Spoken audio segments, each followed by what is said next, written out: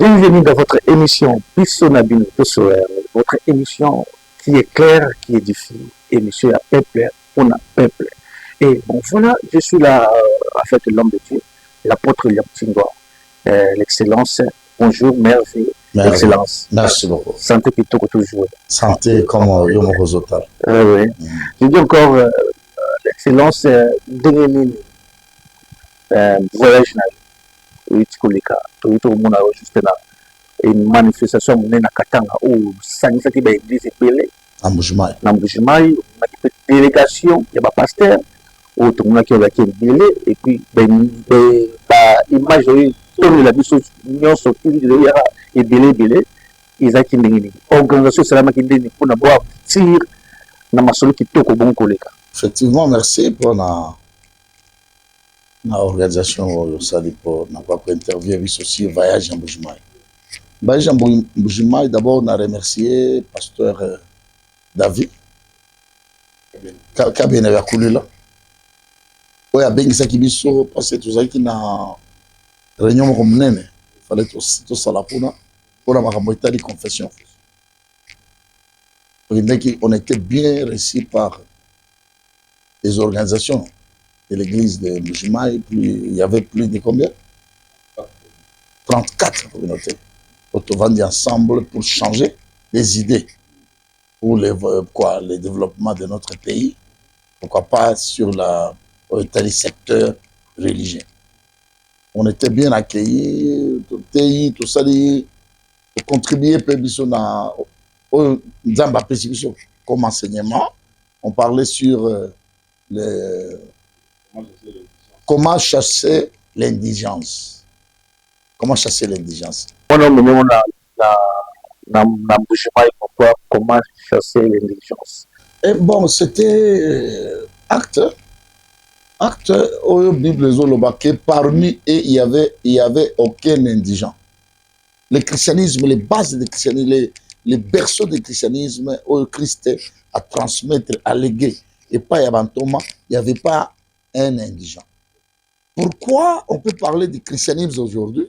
Ça devait beaucoup d'indigence. Et comment chasser cette indigence-là? C'est là où Thomas Koloba, technique nini, il y a qui chasser l'indigence dans l'église de Jésus. Parce que Jésus n'a pas laissé l'indigence. Comprendre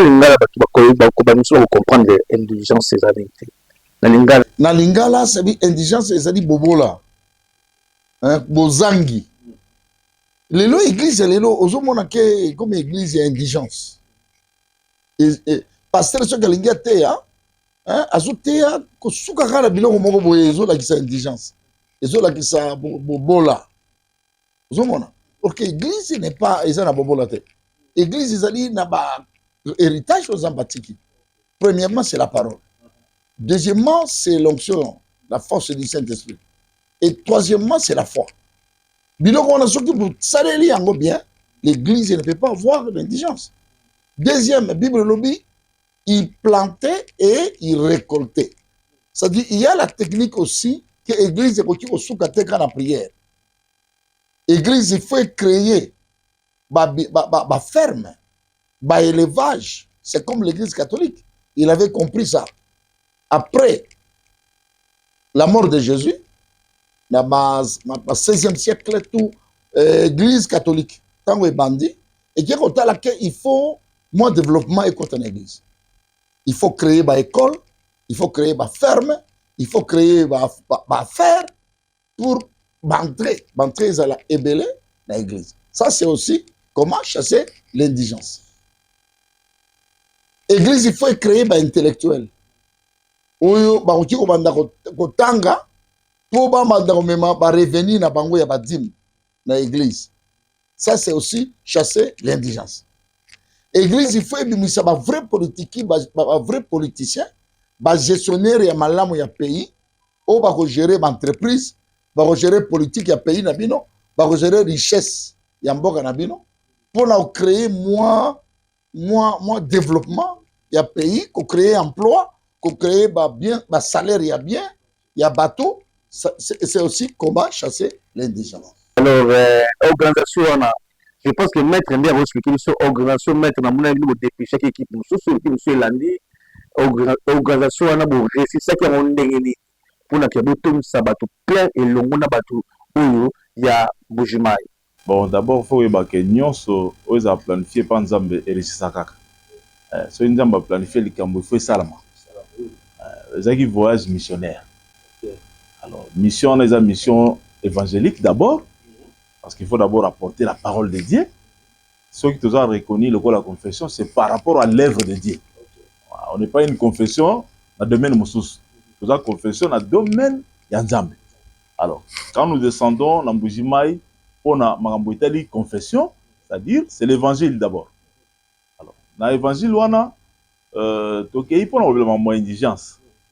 Indigence, c'est le premier combat de l'ennemi, le premier ennemi de l'homme. Hein. Bobola, pauvreté, c'est le premier ennemi à Moutou. Donc, Moutou, ce qui a zotambola, Nzamba kela Moutou pauvreté. Nzamba kela Moutou a pesé nyon sur Moukilo. Tout a été donné à l'homme. Mais à partir de Kotambola Moutou, Makamu Mabenaye, Koboya Koto Sanzambe, Koboya Koto Samibeko, a se retrouvé dans la punition, donc Bobola il a taillé. Alors, quand démarrer dans Bobola, et ça, le Moutou, Tambola Liwa, ça Moutou a coup en réalité. Parce que Moutou a Bobola a coup pour comprimer à 1000 francs. La fièvre bêtise à Koufi. Alors, ce qu'on a église, avant à côté à Moutou, comme un Moutou stable, il faut aller dans la lande pauvreté. Ok. Si la pauvreté est longue, bien qu'on commence comme Moutou stable. La pauvreté, elle n'a pas forme belée. La pauvreté, Moutou est mon coin d'imi à la pauvre. Un clochard. Aïba Kolukate, Salarate, Yemoko, Andimi, Azala, malheureux, Azala pauvre. Mais ça, la indigence, oh, ils ont imposé.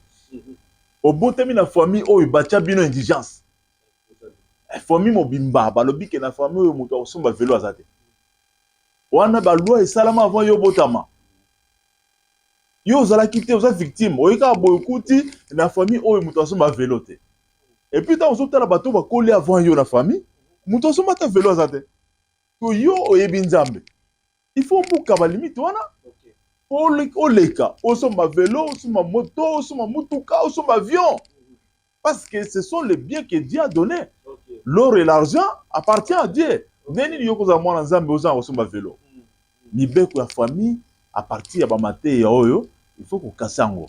Et puis dans Mbuji-Mayi, en tout cas Ikatamaki, on a trouvé un peuple qui était disposé dans des coudres avec l'indigence. Bango pesande ba la tuluba. Tu dis pas bien Boulanda. Non, bon, va boy Boulanda. Moulouba, mais tu écoutes on Mbuji-Mayi, c'est un peuple qui n'aime pas la souffrance. Mais ils se sont retrouvés par rapport à un contexte politique, imposer bango indigence ou une indigence sociale. Donc, indépendamment de la volonté de la bango, indépendamment de la volonté de la famille de la bango, mais sur le plan social, l'organisation moko est salami na bateau, bazo gérer le gouvernement. Pour imposer une indigence. C'était l'indigence sociale. C'était qui bango papa qui bango comment va couper une indigence sociale. Comment va couper une indigence familiale. Comment va couper une indigence imposée. Donc c'est la vie réelle. Bobo là c'est une réalité. Alors moto akondi maté à s'habituer à comme ami à Bobo là. Est-ce que la politique est une indigence sociale? L'indigence sociale. Et où tu as la politique? Créée par la politique. C'est la politique qui crée l'indigence sociale. Le lobby va repérer ce bien au courant de Maïté. C'est la volonté exprimée. Parce que Maïté est dans le fleuve Congo. Ni les autres dans le fleuve pour sa population. Il arrive à ne pas faire cela. C'est-à-dire qu'il crée l'indigence. Moutoupoua, mais la maille a comment souffrir. Alors qu'il y a un peu de maille, après ça kamboula, après ça kabale. C'est l'État. Ok, maître, si tu veux continuer, déjà, c'est dans le secteur télé, ok. Alors, nous avons 34 communautés qui ont s'adhéré à la confession aux Amétagèques. Bon, d'abord, dans tout épisode, on a dit que ce qui est planifié par Dieu, et comme ça, Maraka. Biso to benga qui va communauté. Mais to l'accès bango Nzambe. To l'accès bango Nzambe oyo. Atambola na papa. Zambo atambola na apôtre. Ouais. Azan Nzambe ya solo, azan Nzambe asir. to présenter bango nzambe batali nzambe wana bandimeli nzambe wana parce que avant biso il y a ba confession ebele tolobi te eza mabe tolobi te eza malamu mais bango batali par rapport ya oeleka par rapport à la confession ils ont existé nous on a présenté Dieu biso te présenter politique te te présenter bakante biso to za bato ya koto non non nous on a présenté seulement Dieu et ils ont adhéré. Merci beaucoup maître Félix Mutombo tozomi na ange de l'Éternel et l'apôtre William Tindwa. Alors l'homme de Dieu après aussi sa mission dans le mouvement directement s'envoler vers Afrique du Sud. Nous avons connaissez qui nous et bon ça qui en Afrique du Sud. Afrique du Sud tant aussi ici à Mbujimai na zone na Katanga Zamba ebisinga na se retirer na bimana na bimana Congo na kendo sala prière. Après j'avais aussi des choses à faire pour bénir l'entreprise moko na Namibie. Hein? C'est là où j'étais parti. Naki au sala prière wana na chisi naki bénir l'entreprise wana. Après c'est là où Dieu est allé me révéler qu'il faut un pasteur dans le Congo pour prier mingi. Parce que cette année 2026, c'est l'année, il y a chaque pasteur à Tambola dans la loi ensemble. Et ça, année des lois. Jésus n'a jamais été banni la loi. Il était venu ajouter. Mais dans les églises, il y a des pasteurs maintenant qui commencent à faire vivre dans la grâce. Grâce soit bien. Grâce c'est comme le rôle la faveur, il y a ça la péché au nom de la grâce. Jésus n'a jamais amené la grâce pour nous amener dans le péché et nous favoriser aussi faire des histoires qui n'est pas de la parole. Vous voyez? Parce que sans la sainteté, sans la sanctification, personne ne verra le Seigneur. C'est pour cela, cette année 2026, ils allaient chiffre 10, où ils allaient animer année. Ils allaient année où chaque chrétien attendait la katia bonzambe, attendait la loi ya bonzambe. Ce qui attendait la loi ya bonzambe, parce que les gens qui ont révélé le diable à la musique, démon très puissant. Démon très puissant, qui n'a combo na ils allaient incarnation et diable. Où il y a kokota na kati ya bato pour détruire tout ce qui est comme pastoral. Et les pasteurs rebelles, où il va tambour na baloi belé ba kufa. Na ba paralysie, na wakambo belé parce que na ma méchanceté, ça dit ils a ané moko sans tolérance. Yo pasteur o yibi eloko bato, moto wana saleli yo mabe ekozwa yo. Yo pasteur tambour na monsi ya bato. Makambo mabe va déclarer Erbomayo. Parce que les alliés incarnation, il y a diable, à routine d'abattre belé, va passer que va forfait. Ok. Un démon robuste, un démon très puissant. Na combo na inzamba la kisinga. Azui pe Varese bon. Azali na forme un rugby, un moto, au moins bateau va venir un démon ana. Est-ce que la révélation de ma péché, quand même après c'est la solution. Zamba après cette solution. Il va passer, il faut autant pour la sanctification. Hein? Parce que ma belle mingi côté na pastoral. Deuxième zamba qui ola kisanga labo ya monde à ténèbres et si le diable a créé ba maladie pour oezo que de côté na ba ventre ya basi. Hein? Satan a vu libumwa masi asali yango gâchette na ye ya ko bomba ba démon. Non, il y a une maladie il y a ma baie. A comme source, comme il y a place à bomba il y a ma baie. C'est pour cela que mon ibas est belé. C'est-à-dire Satan s'allie contre moi, les moi. Non. Aza contre l'ango. Pourquoi? Parce que les moi, si, des bémissa Yesu. Ok. Les moi, si, des bémissa batuminene. Ba grand pasteur, ba grand prophète, ba to bazo attaquer le royaume naé. Alors c'est pour ça que le diable a ici un démon. Alors il attaquer ma boumouya basi. Détruire ma attaquer mon stérilité. Stérilité ils allaient détruire par la force de l'église. C'est l'église qui a détruit la force de la stérilité. Mais diable qui au salam makambo ya plantation. Il y a plantation qui est planter banini ba virus banini ba non ko planter ba bana. Ko planter mwana ko mama ko ma expert mais mobali ko planter yango na libumwanini. Ça c'est la science. Deuxième, diable attaquer les sous de moi aussi, attirer ma maladie. Ma maladie, ma fibrome. Ma cancer et utérus. Ma myome. Ma cancer des seins.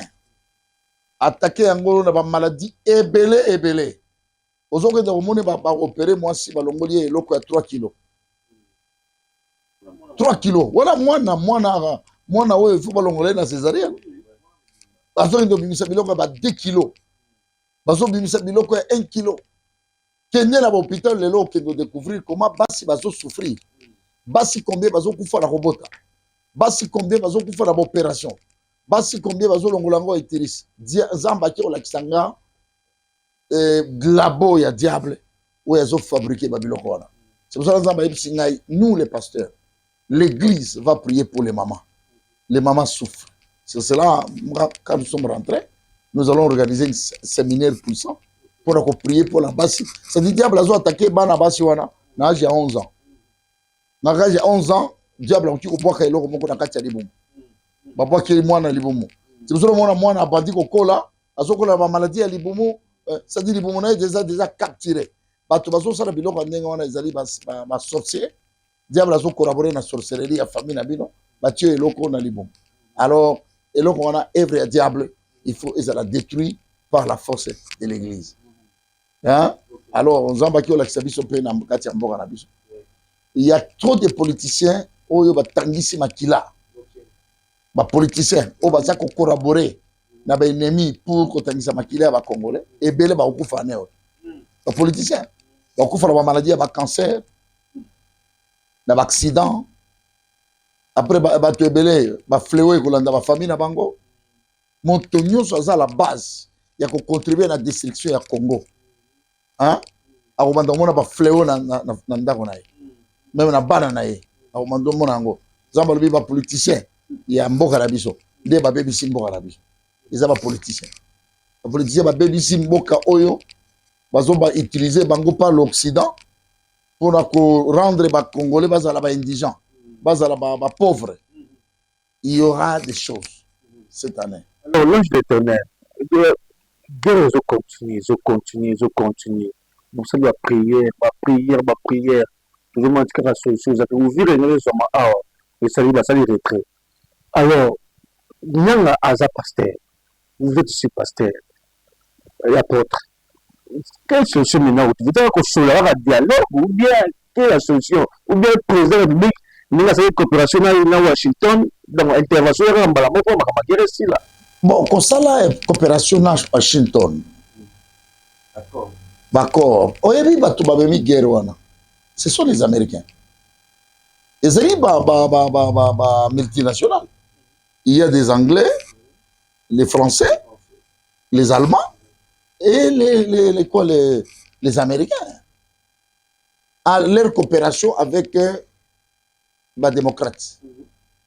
Guerre appuyée par les démocrates. Kagame, c'est un instrument des démocrates. Depuis que vous avez des sanctions, vous avez des sanctions. Parce que c'est leur pion. Ce sont les Américains qui ont fabriqué Saddam Hussein. Bangonde babomi Saddam Hussein. Fabriqué Savimbi. Bangonde babomi Savimbi. Baza bato bazo la politique il y a 30 ans. Bango babandi ango lelo. Babandi ko fabriquer bato. Même au bitum bato zo bundawa. Ba faux généraux bazo bima awa. C'est la fabrication. Fabrication ya ba occidentaux. Un politicien va faire la politique pour défendre son pays. Hein? Bisous tout ça souffrir. Na parlé makuna bazaki qui est contre. Qui est plus. Ce que tu as l'article bazo sala kuna. Ils ont article oyo société congolais, peuple congolais za na katikuna te. Ils font des choses pour relier mbongo na ta oyo. Nous avons comprendre. C'est-à-dire il faut oublier hein, les histoires des politiciens. Par exemple, bazo sakana na génération na biso. Non, non. Zamba lobi ba sakana na biso. Tu ne peux pas tromper tout le monde. Et tu ne peux pas tromper chaque génération. Le président n'a pas collaboré avec les Américains. Na Trump. Trump, c'est quel parti? Les Républicains. Effectivement, cette Afrique centrale, ce n'est pas pour les Républicains. L'Afrique centrale, c'est géré par les démocrates. Tu vois? Mais biso toza na chance parce que les Républicains, oyabimi, hein, alingi biso. Alingi président. Alingi ko soutenir biso. Pourquoi alingi a cassé marché il y a des démocrates. Marché ba démocrate ba Bill Clinton bango marché na bango c'est est. Bazo contre na est ko na ko iba pour la multinationale na bango. Mais c'est ça Trump comme il est républicain. Alors non, jusqu'à quand vous pouvez commencer à souffrir les petits peuples là. Ngai na ko la loi de veto. C'est un combat des Américains entre les démocrates et les républicains. Nous sommes soutenus par les républicains. Pour moi, comme président, il est allé négocier avec les républicains pour nous soutenir. Prions pour que cette marche-là est en bola. Parce que les démocrates, on a besoin de diable. Il y a quoi frapper. On a Kangi et Venezuela. Kangi Venezuela, c'est un homme sérieux. Il a attaqué Venezuela.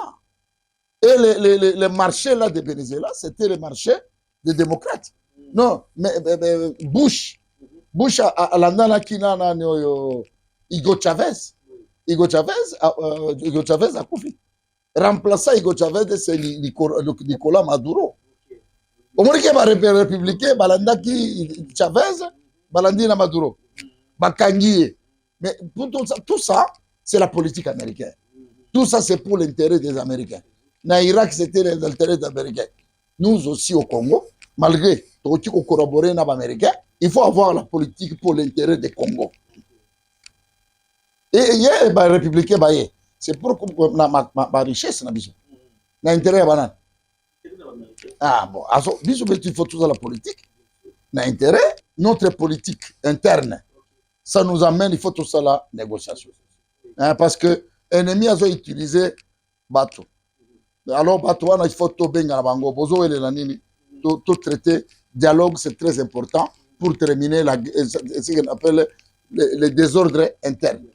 Maître, papa de Corrèze, moi, c'était un peu éclairci, mais surtout, qui n'a pas peut-être aux maître avocat, il y a l'église métagée. Babitumbezo Salmana Mokili, et ça babitumbe un rapport de force.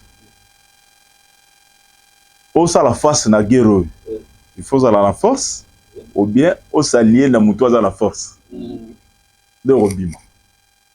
Ceux qui adversaires na yo, à qui qu'on s'allie na moutoise à la force, à quoi écraser yo. C'est le problème du Grand Congo aujourd'hui. Ceux qui te tiennent pays agresseurs, il y a RDC. Le Bélian partout, les Rwandais. Ceux qui te disent que tu as Mandouki nase. Ah, tu le but de déposer Mandouki. Tu as te mettre la gare à ma coffre. Ozukaka Sud Kivu na Nord Kivu. Pas aussi ça va Rwandais nous sur ma coffre. C'est pour dire que sur le plan géographique, il n'y a pas rapport entre la RDC et le Rwanda. C'est un tout petit pays qui ne peut pas faire face même avec 3 communes de Kinshasa. Il n'y a pas match. Mais ce qu'on est sur le rapport de force, Rwanda a s'affilié na ba puissant. Biso to négligé ba puissant. Je suis contre bateau bazo critiquer accord. Il faut s'allier avec celui qui est fort. L'autre avait dit que le président Tekimbo pendant 9 ans. Mais il y a des bitumba bunda chaque luna barwane. Parce que barwandais za bangote, ils allaient pas puissance sur sima la bango. Alors, si on ne comprend pas que le problème de Congo est allié à rapport de force. Donc vous avez le même problème des années. Toko prier, toko gêner, toko bengana ba milimo guerre, guerre aussi la tête. Parce que les lois, qui les ont fonctionné selon les rapports de force. Pas droit international et quoi. Pas droit international, souveraineté des États. Les lois, non, n'a pas souveraineté à Venezuela. Bien. Pourquoi? Parce que ouais, Betty a plus fort. ceux qui ont répliqué à côté de à Betio.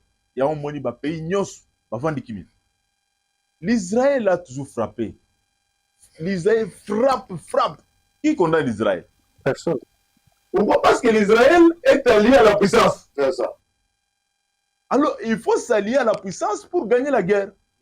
Moi, je préfère même président. On peut se battre à minerai, à 80% minerai.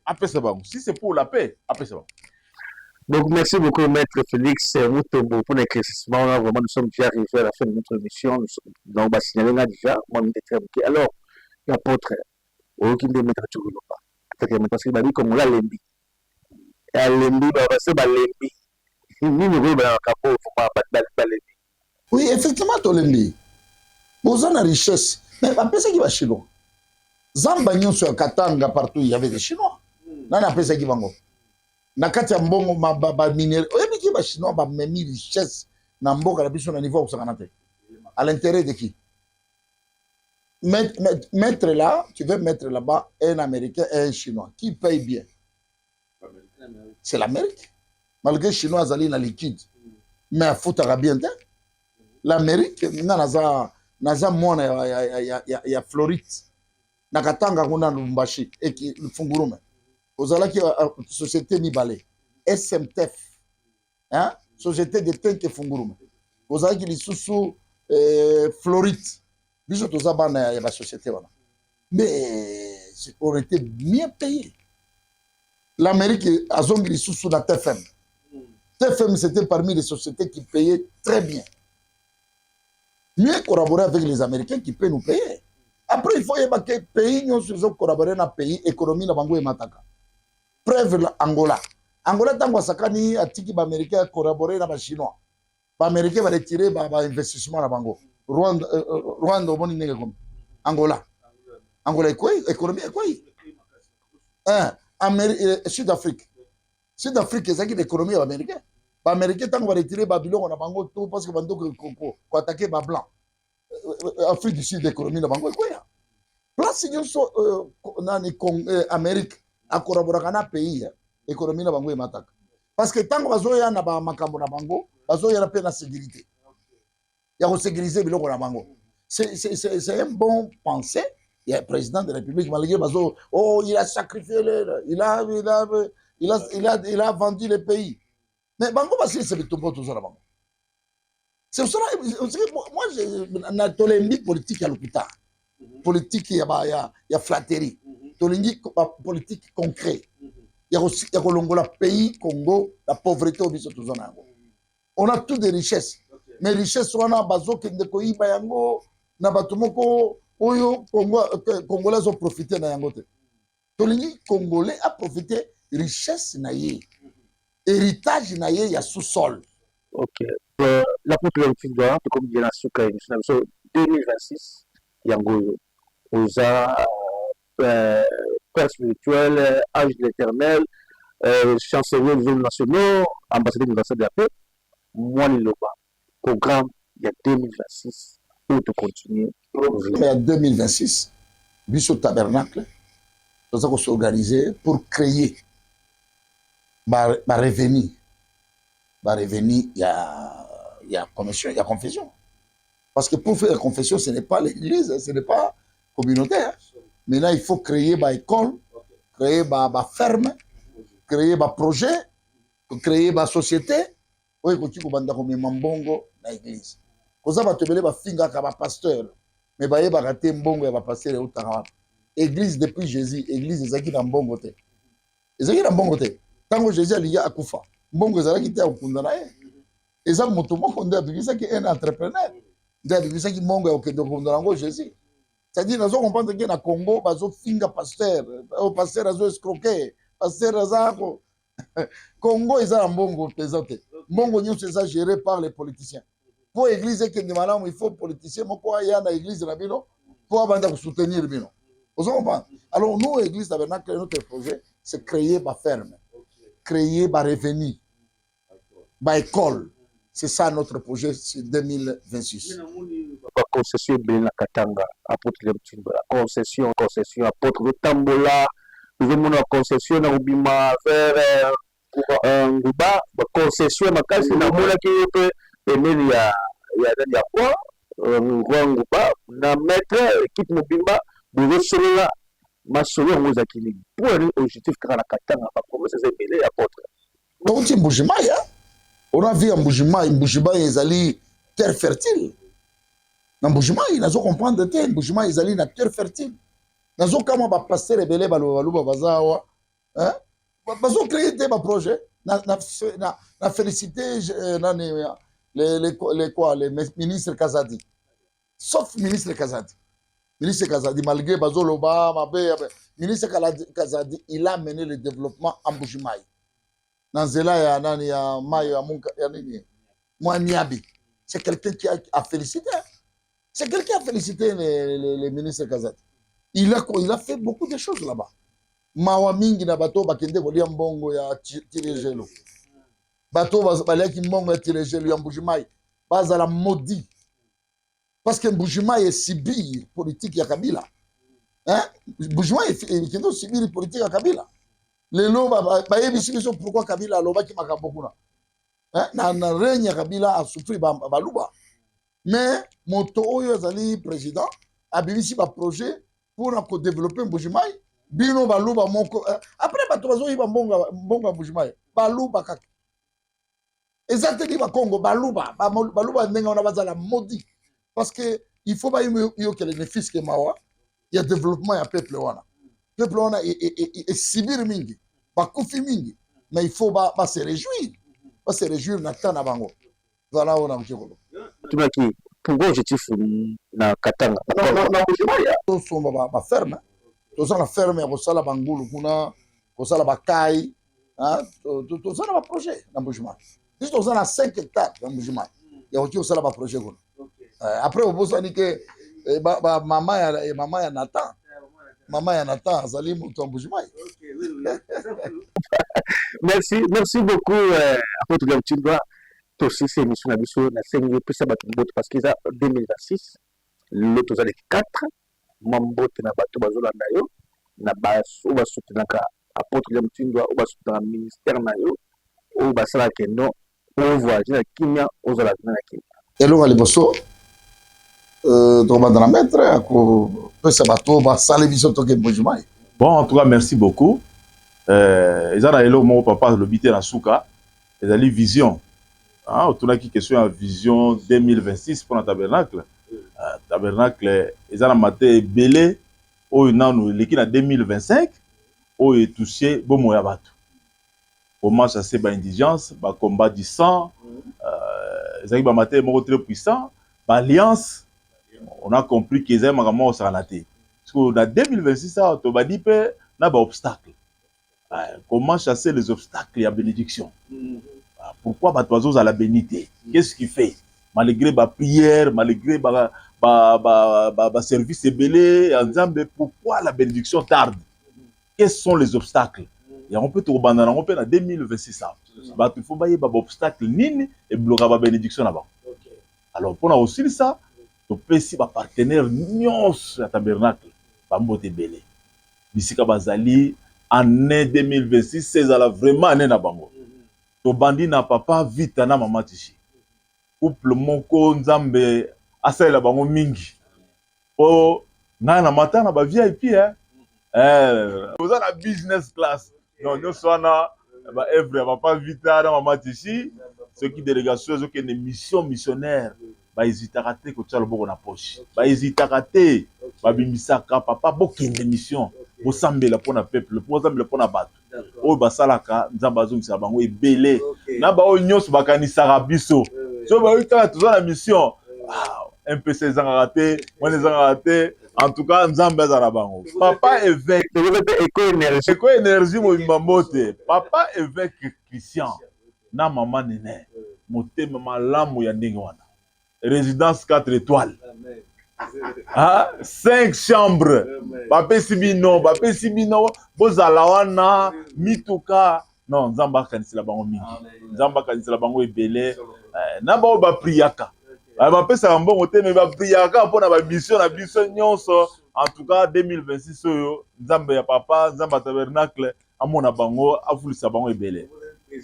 Nako bozala te Christian Lofembe, na maman Olga, président, na ma petite prophétesse, ndako mobimba 2026 makambo efongwama vraiment bitumba oyo nyonso eyaki ese eleki na 2026 ça va vivre en ressource te ba bénédiction ebele côté bozali. Mama do toko bosala yo te, mama toko bosala yo te, mama collier ekomaki, donc collier ekomaki. Collier ekomaki, mama do tobosani yo te, motema na yo malamu, en tout cas Nzambe William Tindwa afongola yo vraiment abakisa su ebele ba entreprise wana ebakisa malisusu turo efonga pe na ya tosambela mpona ba entreprise asika l'homme de tosisi na yo mambote na bato basoutenaka ministère apotre William Tindwa même à distance ou bapriaka mpo na yo ozala na bonne santé ozongela biso na pays ou bazala biso na États-Unis na Canada partout. Effectivement, moi maître siapesi nyonso mbote nalopesaka bapasteur bao bapriera mpo na biso na papa surtout Joël avec groupe na bango intercession oyo ezali plus de 100 personnes oyo bapriera mpo na biso priera mpo na mon rêve. Alors c'est extraordinaire. Pourquoi pas Jacques il prie pour nous Jacques il prie pour nous bato nyonso bapriera mpo na biso bana ya tabernacle. C'est pour ça que nous avons annoncé que bato oya katanga bato bayebi prophète Ndouma aoti kokufa, il est mort hier. J'ai été appelé par papa Paulin Kandando Yangola oui. Ndouma akufi, ça dit bato bayeba prophète Ndouma akufi, il a été empoisonné. Mais voilà. Et pour mawaya ba prophète. En tout cas, nazana eloko musu koloba te topesi kaka baninga na biso nyonso bayebi biso bapasteur bacollaborateur baconnaissance mais Hervé. Merci beaucoup, Merve, à tout le monde. Merci à Daniel Tissoumu derrière la caméra. Merci beaucoup à Padou Bomboussa à la régie. Donc, il y a un Madela, Tissou Kitoko, au monde et en Yako, Sida Kitoko. 2026, Marama Kitoko, Marama Malamu, Yango Tuzuki Namo, Elongo, Nankolo, Tokotika, toujours ensemble. Merci, c'était Bisso Nabino, Tosolango, votre émission. Il y a clairissement qu'on appelle. Merci beaucoup. On se retrouve à la prochaine. Bye bye.